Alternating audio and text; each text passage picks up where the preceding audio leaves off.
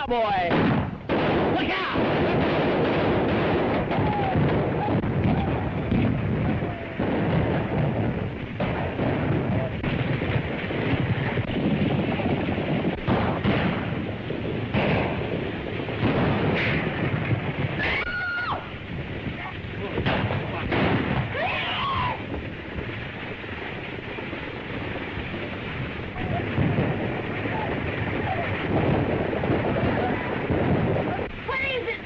Autry's men making another raid.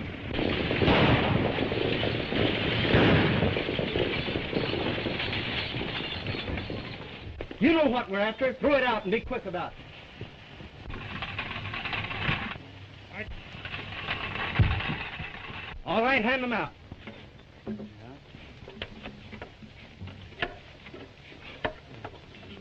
That's not all. There's one more. That's mine.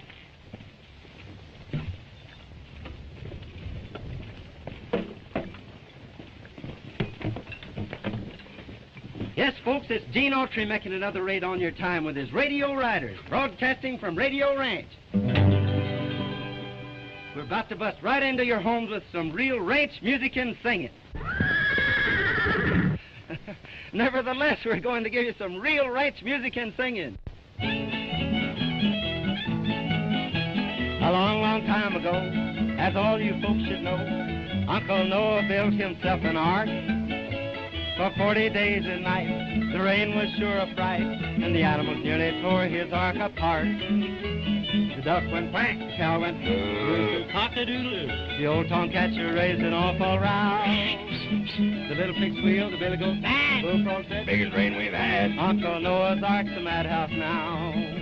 The horses and cattle and fowls of the air, even the long-eared jackass was there. Quack! The owl said who?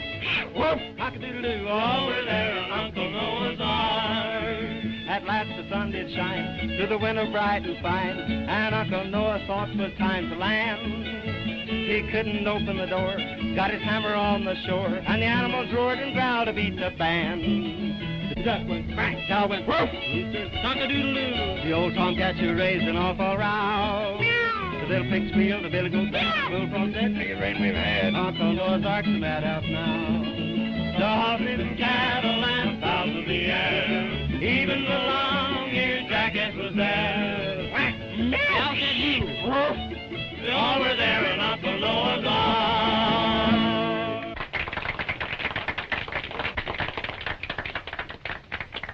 We're now turning the microphone over to Frankie and Betsy Baxter, President and Vice President of the National Thunder Riders Club. You're on the air, kids. It's all yours. First, I want to ask all of you to... First, I want to... Pardon the static, folks. First, I want to ask all of you to join our National Thunder Riders Club, so you can come out here to our vacation camp and see a radio broadcast put on like it should be. Riding, roping, real horses, real guns, real cowboys. All you boys... And the girls, too. We don't want any girls. We do, too. Now, in reply to your letters, boys and girls, as to how we came to select the name Thunder Riders for our club. One day, Frankie and I were having a horse race on the desert.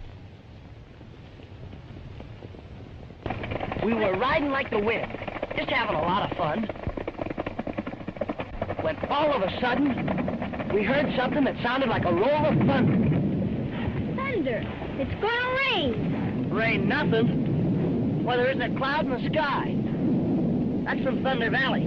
I heard it once before. The Thunder Riders!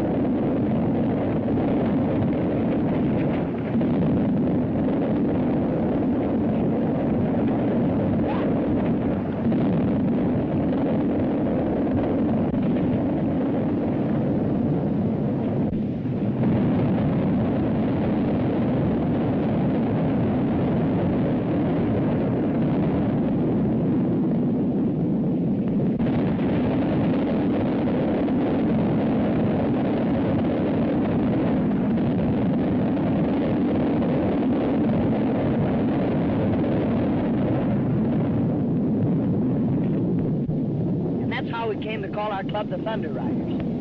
The legend is a reality to Betsy and me. And if we ever see those riders again, we'll sure tell you more about them.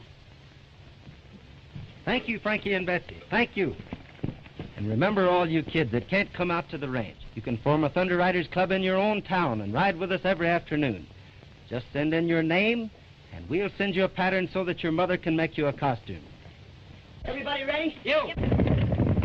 Let me remind you that when we left our radio show yesterday, the settler's wife was cowering in the corner of her log cabin, while her heroic husband, willing to give his life for those he loved, suffered terrific torture. You remember he had substituted his arm for the wooden bar across the door, which the bandits outside were trying to batter in. Already the door is beginning to shatter under their blows, and it seems but a moment until his tired, bruised arm will break. And now for the Thunder Riders. Are you all set, Eddie? Here they come! Will the Thunder Riders get there in time?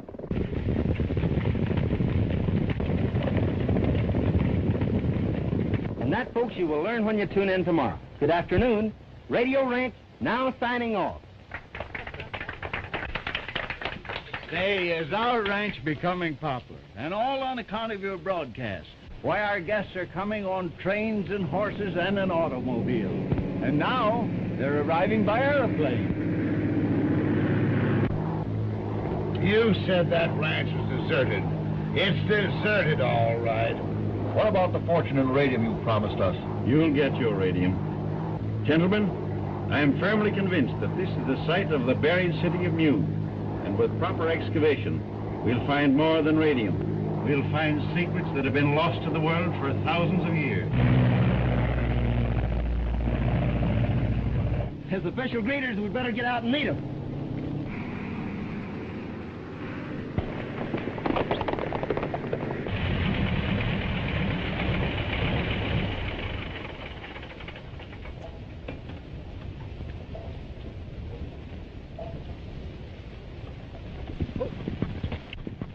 Welcome to Radio Ranch, gentlemen.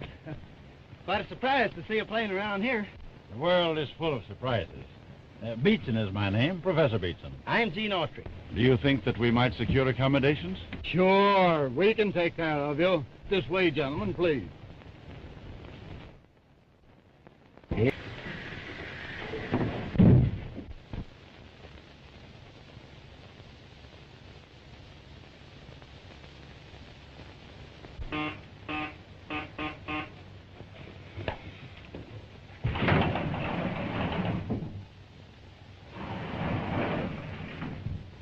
Hope nobody saw you come up here. I don't want my secret laboratory discovered. I sneaked away. So you're the one that took that caliber cathocyclometer tube that the radio engineer was looking for. Shh. This is scientifically important to me. Look here, sis. This shows you exactly how to make a direction finder. And I just made one. What's a direction finder? Well, when you hear something on the radio, this will tell you exactly what direction it's coming from. Look, I'll show you. That is, I'll show you if I made this thing right.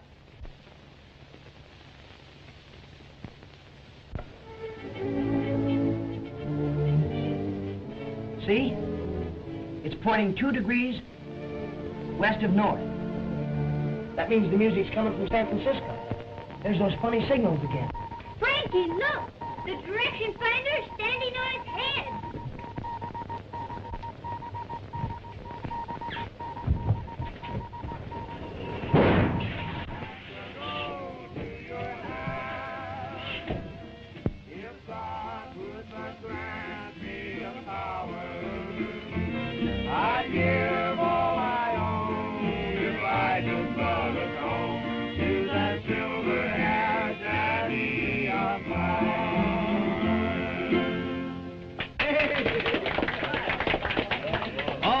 It's your time. They seem to stand for anything. Okay. You know those funny signals I've been getting for the last 2 weeks? Yeah? Well, I got them again tonight. And my direction finder says they're coming from straight down. Say, do you suppose there's anything to any of those books that Frankie's been reading about a world underground with people and cities and everything? Why, of course there's something to them. Let's go see those scientists that came today. Maybe they can tell us something about it. Maybe they can. But the signals were coming from the center of the Earth. And I wanted you to explain it to me, Professor. I see that you have a perfect understanding of radio beams. You probably encountered some unusual internal interference. Undoubtedly magnetic static. Yes, but the signal sounded like human signals. Static, just static. However, I'll give the matter some thought and look into it further a little later. Did you ever see anything like this? Peculiar little fellow, isn't it? Ah, an interesting example of antediluvian Americana. Where did you get it? Found it at the head of Thunder Valley. Could you lead my colleagues to the spot? Gladly. We'll appreciate it very much. But we'll have to get an early start. I have a broadcast at 2 o'clock, and if we miss it, we'll lose our contract. We'll say 8 o'clock. Good. Good night. Good night. Thanks, Professor. Good night.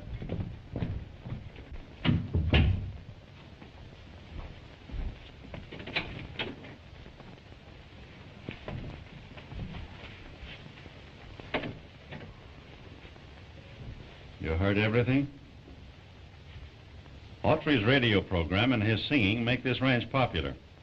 Without him, there would be nothing here to interest anyone, and the place would soon become deserted. And we can go on with our secret explorations without anyone to molest us. Exactly. Tomorrow morning, when he leads Cooper and Saunders to the spot where he found that idol, your job is to see that he doesn't come back.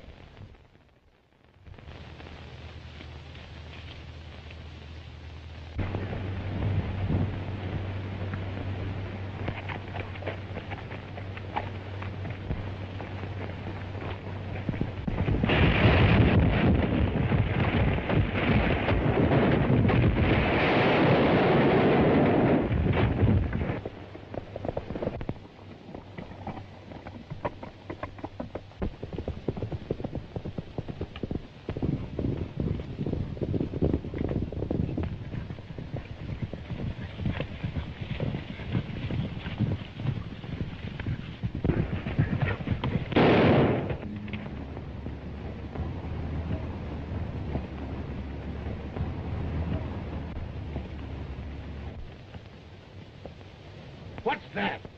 It must be a Moranian. Alive? Impossible. I tell you it is.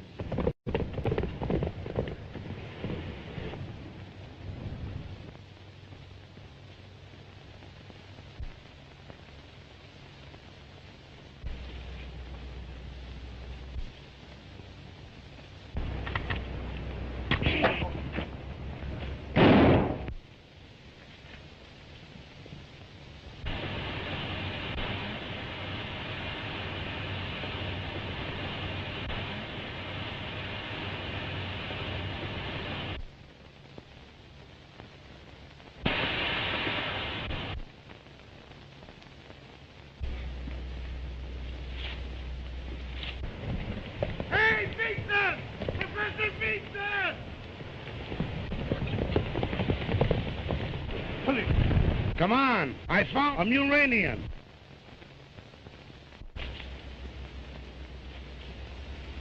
He's gone. I see that. Here's the proof. And there's the bullet hole. You perforated his oxygen tank. Evidently, they can't function on the air we breathe. This is undoubtedly a breathing apparatus that permits the Muranians to live at ground level. And the eyepieces are colored against actinic rays. It proves that the Moranians lived underground. Probably have since the first ice age, 100,000 years ago. He must have had Confederates who helped him escape.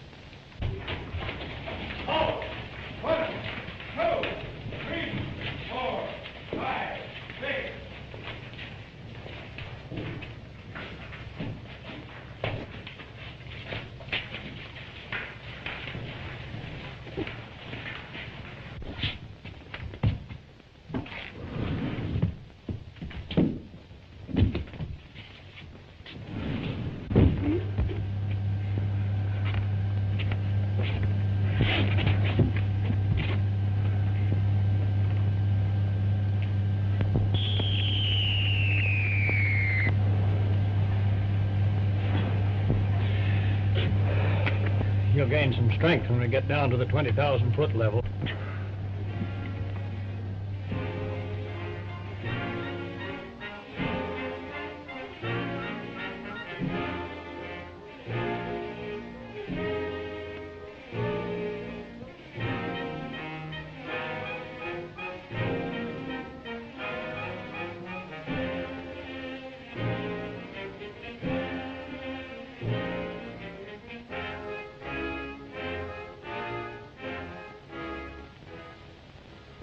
Her Imperial Majesty, the Queen.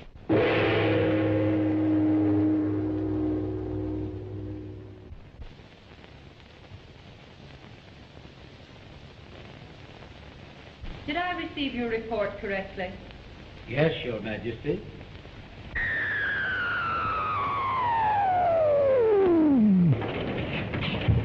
Her Majesty is waiting. I know.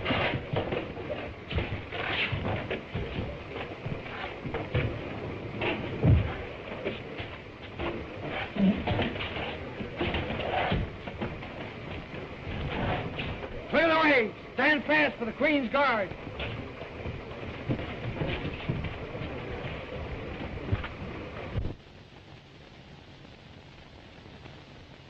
Surface men in our garden of life.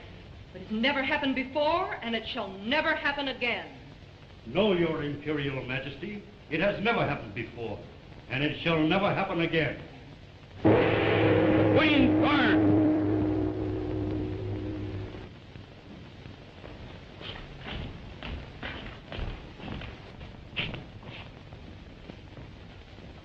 We welcome your return. Your Imperial Majesty, I have to report... Silence! You are not here to report. I have seen everything. You are here to be commended for your loyalty and skill in having safely returned with your wounded comrade without once having been seen by a surface man. I do so commend you. Conduct him to the radium reviving chambers.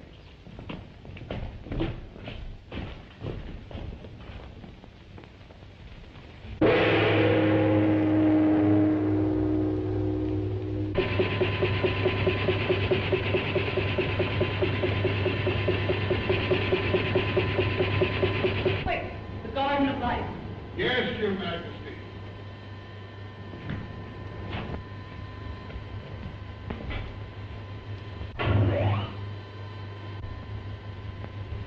Fools. The surface people are always in a hurry.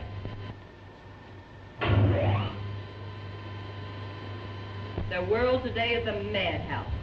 We in Murania are indeed fortunate.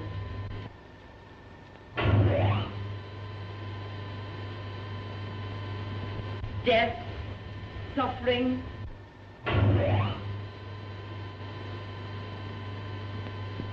speed, accidents. Do I have to witness this insane material because you are unable to find the Garden of Life?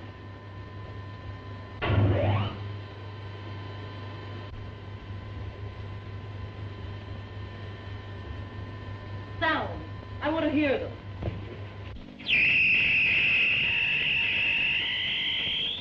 Our next move is to get rid of our partner, Tom Baxter. With those two out of the way, Radio Ranch will soon be deserted and we'll have our discovery to ourselves. And a fortune in radium.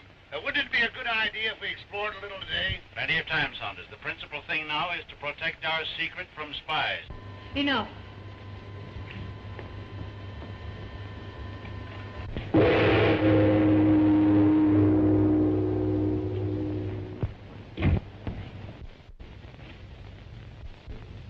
Our very civilization is at stake.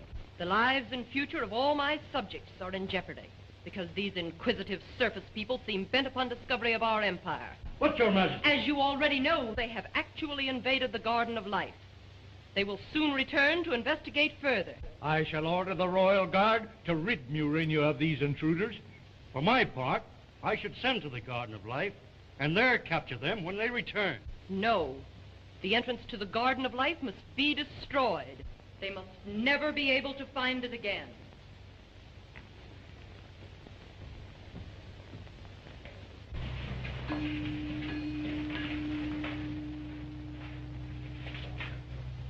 Yes, Your Imperial Majesty. Proceed at once to the Garden of Life and destroy the entrance, so that no surface man may ever find it again. Yes, Your Majesty. Alert!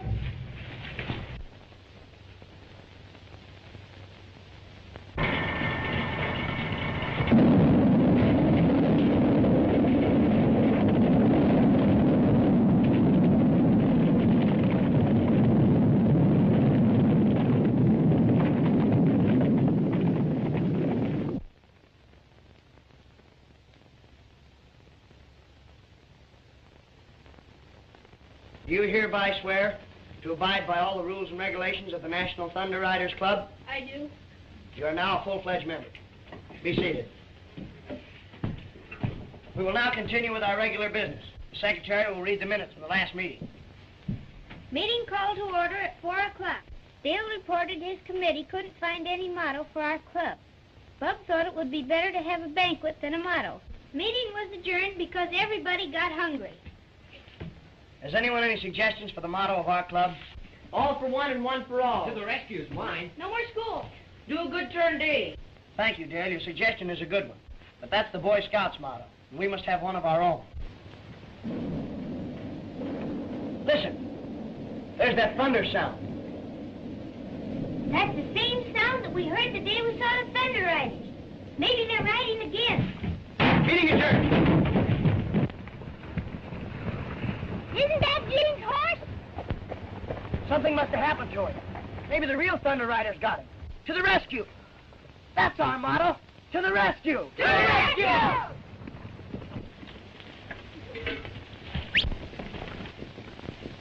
To the rescue! To the rescue! To the rescue!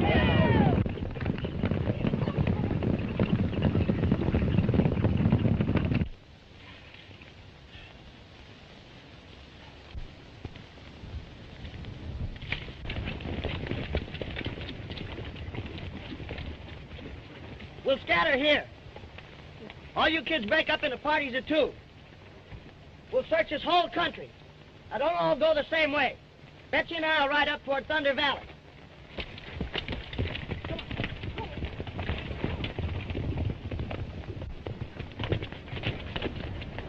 Look, a smoke signal. It must be Gene.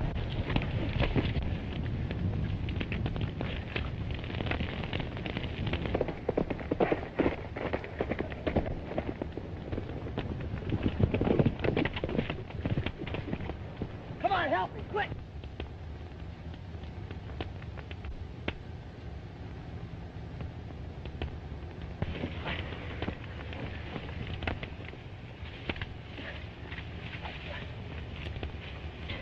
Get the canteen, quick.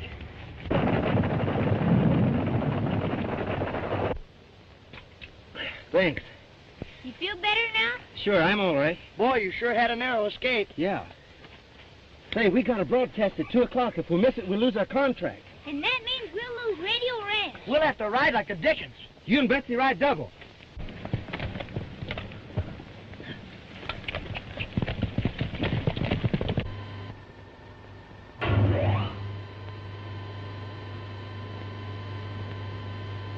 There's the key to our entire situation. Explain yourself, Argo. If we can capture Gene Autry, Radio Ranch would soon become deserted, and the entrance to our underground kingdom would forever remain undiscovered. We can never allow Murania to become desecrated by the presence of surface people. Our lives are serene, our minds are superior, our accomplishments greater. Gene Autry must be captured. Get the captain of the Thunder Riders on the wireless telephone.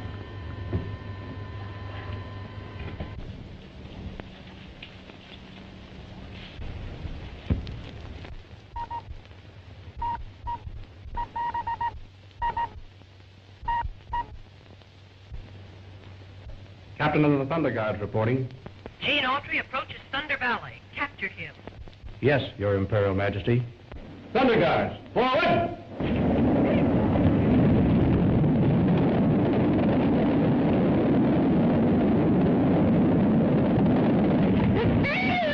Get back, quick.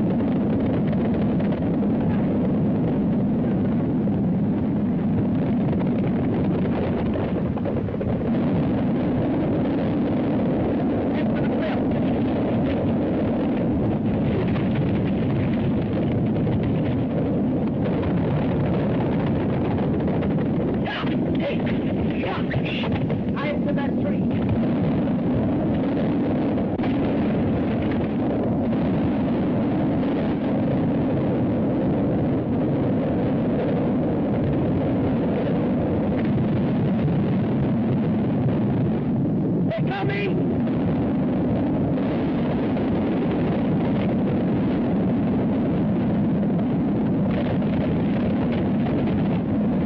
We hit the rope!